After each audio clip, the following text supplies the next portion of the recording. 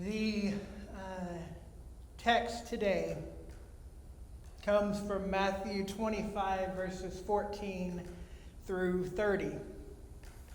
It's a familiar story, but we'll go ahead and read it again. Again, it will be like a man going on a journey, who called his servants and entrusted his wealth to them. To one he gave 5 bags of gold, to another 2 bags, and to another 1 bag, each according to his ability. Then he went on his journey. The man who had received 5 bags of gold went at once and put his money to work and gained 5 bags more. So also the one with 2 bags of gold gained 2 more. But the man who had received 1 bag went off, dug a hole in the ground, and hid his master's money. After a long time, the master of those servants returned and settled accounts with them. The man who had received 5 bags of gold brought the other 5. Master, he said, you entrusted me with 5 bags of gold. See, I have gained 5 more. His master replied, well done, good and faithful servant. You have been faithful with a few things. I'll put you in charge of many things. Come and share your master's happiness. The man with 2 bags of gold also came. Master, he said, you entrusted me with 2 bags of gold. See, I have gained 2 more. His master replied, well done, good and faithful servant. You've been faithful with a few things. I'll put you in charge of many things. Come and share your master's happiness. Then the man who had received 1 bag of gold came. Master, he said, I knew that you were a hard man, harvesting where you have not sown and gathering where you have not scattered seed. So I was afraid and I went out and hid your gold in the ground. See, here is what belongs to you. His master replied, you wicked, lazy servant. So you knew that I harvested where I have not sown and gather where I have not scattered seed. Well then, you should have put my money on deposit with the bankers so that when I retired, I would have received it back with interest. So take the bag of gold from him and give it to the one who has 10 bags. For whoever has will be given more, and they will have an abundance. Whoever does not have even what they have will be taken from them. And throw that worthless servant outside into the darkness where there will be weeping and gnashing of teeth. Good morning. Today is Good Friday. Easter has come and gone long ago, I know, but yet today remains Good Friday. Good Friday persists. Crucifixion was and is an ordinary act. Like Roman centurions before them, police operate with impunity on the streets of Ferguson and Louisville and Minneapolis. Good Friday is now. Over the last 4 months, our nation has continued in crisis. The blood of Trayvon Martin, Michael Brown, Sandra Bland, Breonna Taylor, George Floyd, Bradley Blackshire, and countless others have seeded the soil of a great American revolution. What began as a hashtag and organizing principle in the wake of Trayvon Martin's extrajudicial killing became an uprising on the streets of Ferguson. What the world soon came to know is that Michael Brown's death is a common practice, a daily phenomenon, and yet despite its vulgar regularity, the protests have continued, promoting a level of resistance that has not been seen in half a century. like in the days of the Roman Empire. A new gospel is being written daily. A radically black, poor, queer, woman-led story of resistance in the face of death. As Reverend Sekou says, if Black Lives Matter is the word, then Ferguson is the word made flesh. If Black Lives Matter is the word, Louisville is the word made flesh. If Black Lives Matter is the word, Minneapolis is the word made flesh. If Black Lives Matter is the word, then Portland is the word made flesh. And yes, if Black Lives Matter is the word, then even Little Rock, of all places, is the word made flesh.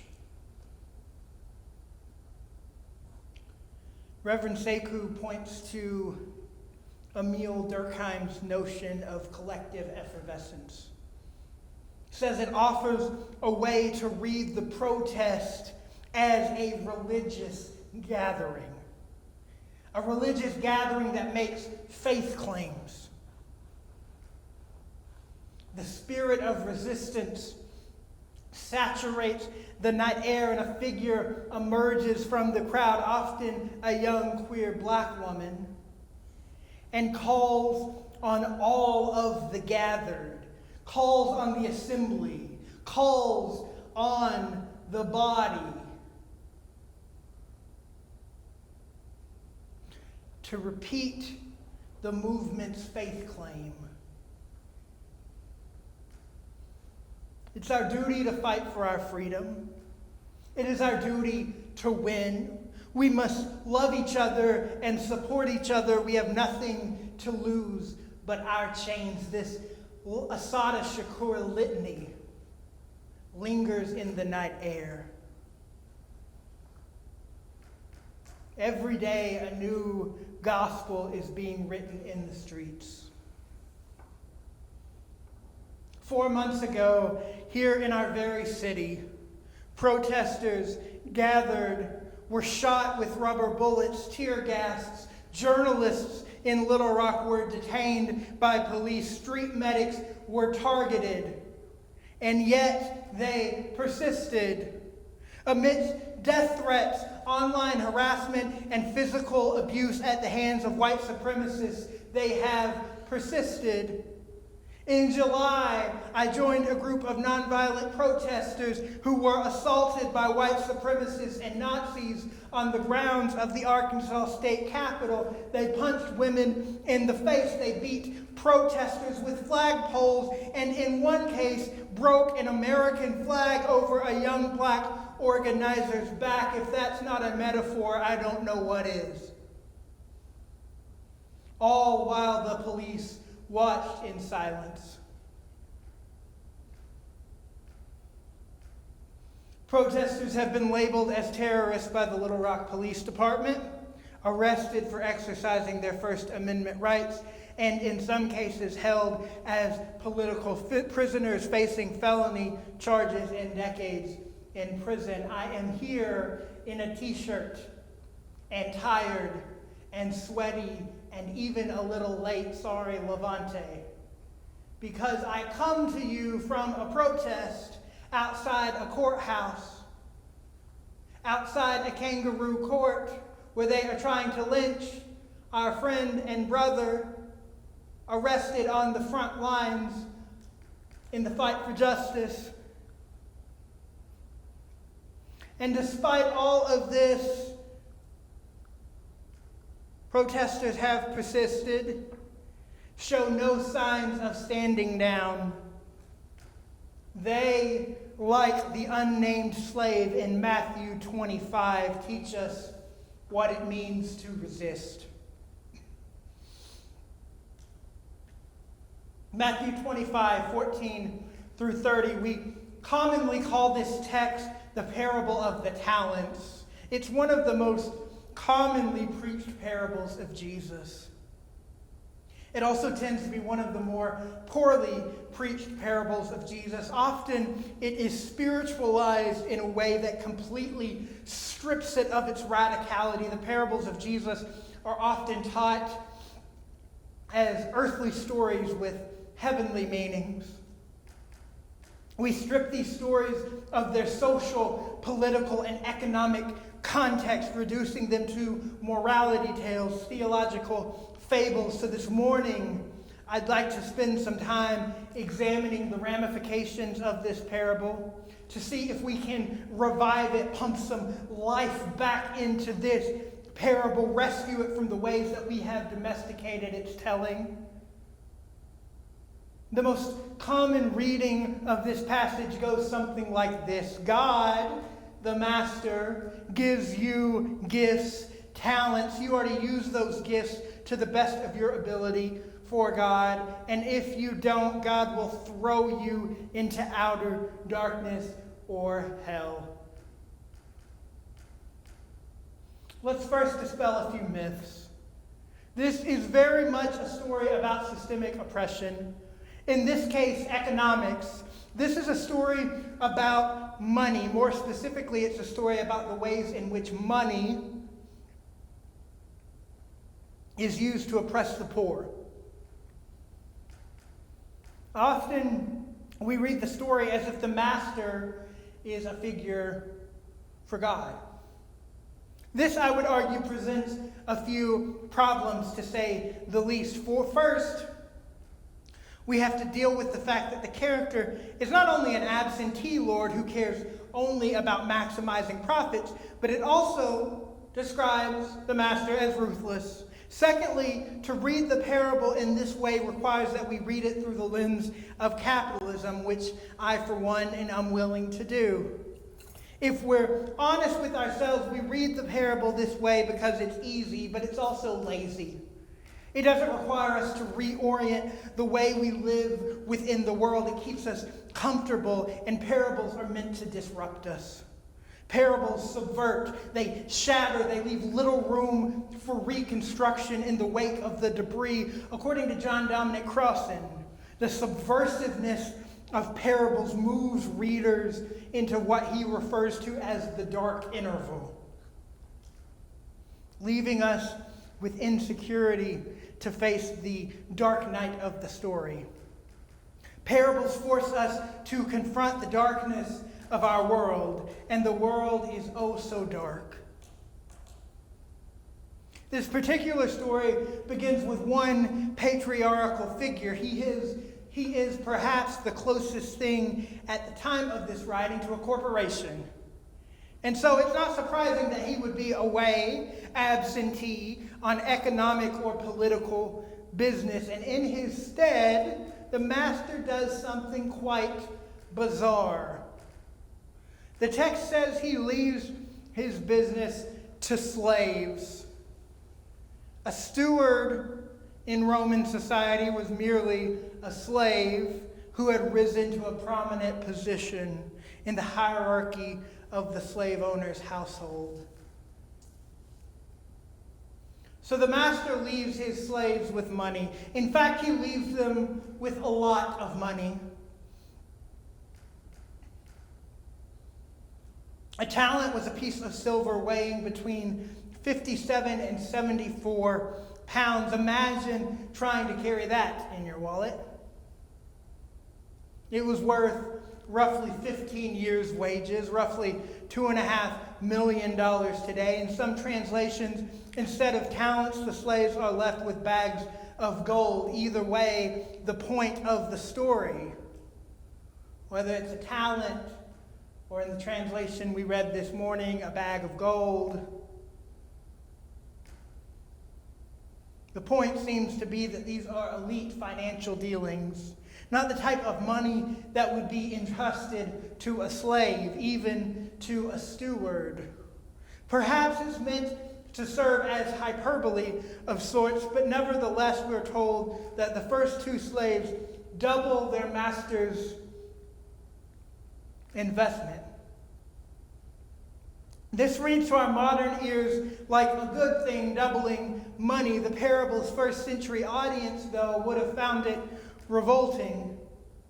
The highest legal interest rate allowed by law was 12%.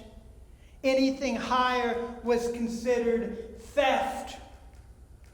It's as if the author is dropping breadcrumbs, clues, hints that this particular household, this corporation's business practices are a bit shady, exploitative, less than exemplary. Because for traditional Mediterranean society, the ideal of stability was seen as more important than self-advancement. Anyone trying to accumulate inordinate wealth was understood to be shaking the very balance of society. They were understood to be dishonorable. It would seem that the master is coercing his slaves to sell their soul, to engage in the exploitation of others. In this day and age, it was common practice for large landowners to make loans to peasants based on the speculation of future crop production. Meaning, were you unable to meet the quota you promised, the quota hurled upon you, your land would enter foreclosure. The land would be seized and sold for profit. This is how you doubled your money in ancient Rome. It was a practice that made all of Judea either abjectly poor or extremely wealthy. This is how the poor get poorer and the rich get richer. It was a process of economic exploitation, and in the parable, the master's slaves are used to do this highly profitable, dirty work. The temptation is to interpret the parable through capitalistic lenses. We tend to praise these good stewards and ostracize the third as being unproductive, lazy even. But for a slave to disobey their master, to bury the money in the ground, to refuse to be implicated in this dirty work, what Dorothy Day calls the dirty, rotten system, is an act of resistance. The church is not only being called to support protesters, but to be protesters. This morning, I'd like to argue that the parable of the talents is not an abject lesson in entrepreneurial failure. That the hero of the story is not the master, but an uncooperative slave who throws a monkey wrench into the master's system of oppression. The fact that the money was being buried in the ground would not have been lost to an agricultural society. Some have suggested that perhaps this is in fact an ancient joke of sorts, that the money is planted in the ground, that it doesn't grow, that it doesn't bear fruit. The master doesn't get the irony. When he returns to settle his accounts, he says to the first two, "Well done, good and trustworthy slave. Enter into the joy of your master." In this parable, people are judged on their ability to make a profit. Those that make a profit are rewarded with an even larger share, but never actually get to partake in that profit. Rather, they remain slaves to the system and are always judged by their ability to make more and more money for their master. The third slave, however, speaks truth to power. "I knew you were a harsh man." It's the same word associated with the hard-heartedness of Pharaoh. "You reap where you did not sow and gather where you did not scatter seed. You take what is not yours to take. Your profit comes from the back-breaking labor of those who work the land. The third slave simply takes the money out of circulation, where it could not be used to dispossess another family farmer. It's an act done at great risk. For the slave, it meant enduring personal harm, death, perhaps. In this telling, the slave is banished to the outer darkness where there is weeping and gnashing of teeth. In some readings of the story, this is presumed to be hell.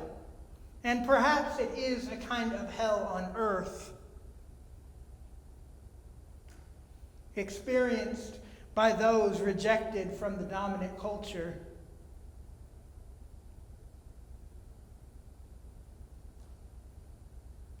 It is a warning. If we heed the words of this parable, if we become uncomplicit with the inner workings of empire, it will mean being cast into an outer darkness. It is a warning. To do the work of justice is to anger those in power and at times endure the brunt force of that power. The lords, the masters, the corporations, the governments, the banks, the elite seek above all else to maximize profits, to steal, to defraud. And should you decide, like the hero of our story, to not play that game, to take the empire's money and to plant it in the ground, you will be cast into darkness.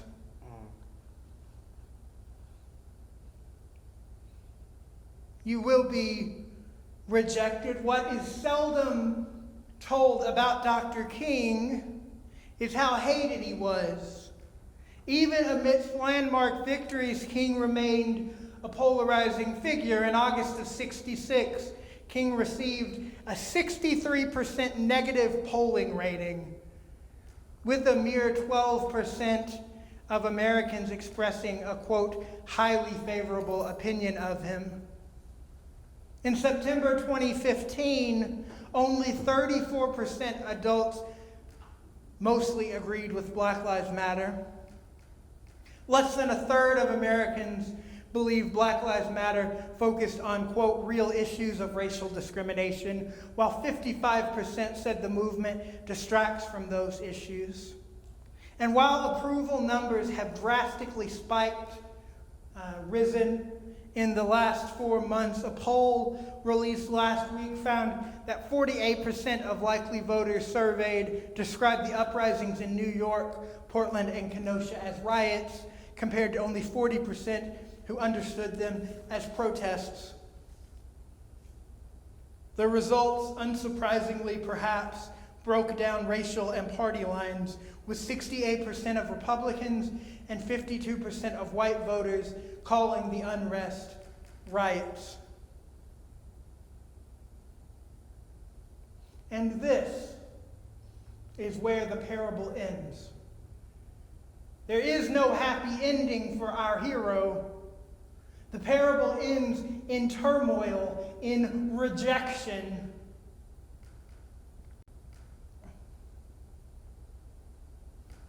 But if we continue a little further in the chapter, Jesus tells another parable. The one about sheep and goats. It's one we know well, as it suggests we somehow mysteriously meet Christ by feeding the hungry, giving drink to the thirsty, welcoming the stranger, clothing the naked, caring for the sick, and visiting the imprisoned. In other words, we meet Christ in the outer darkness.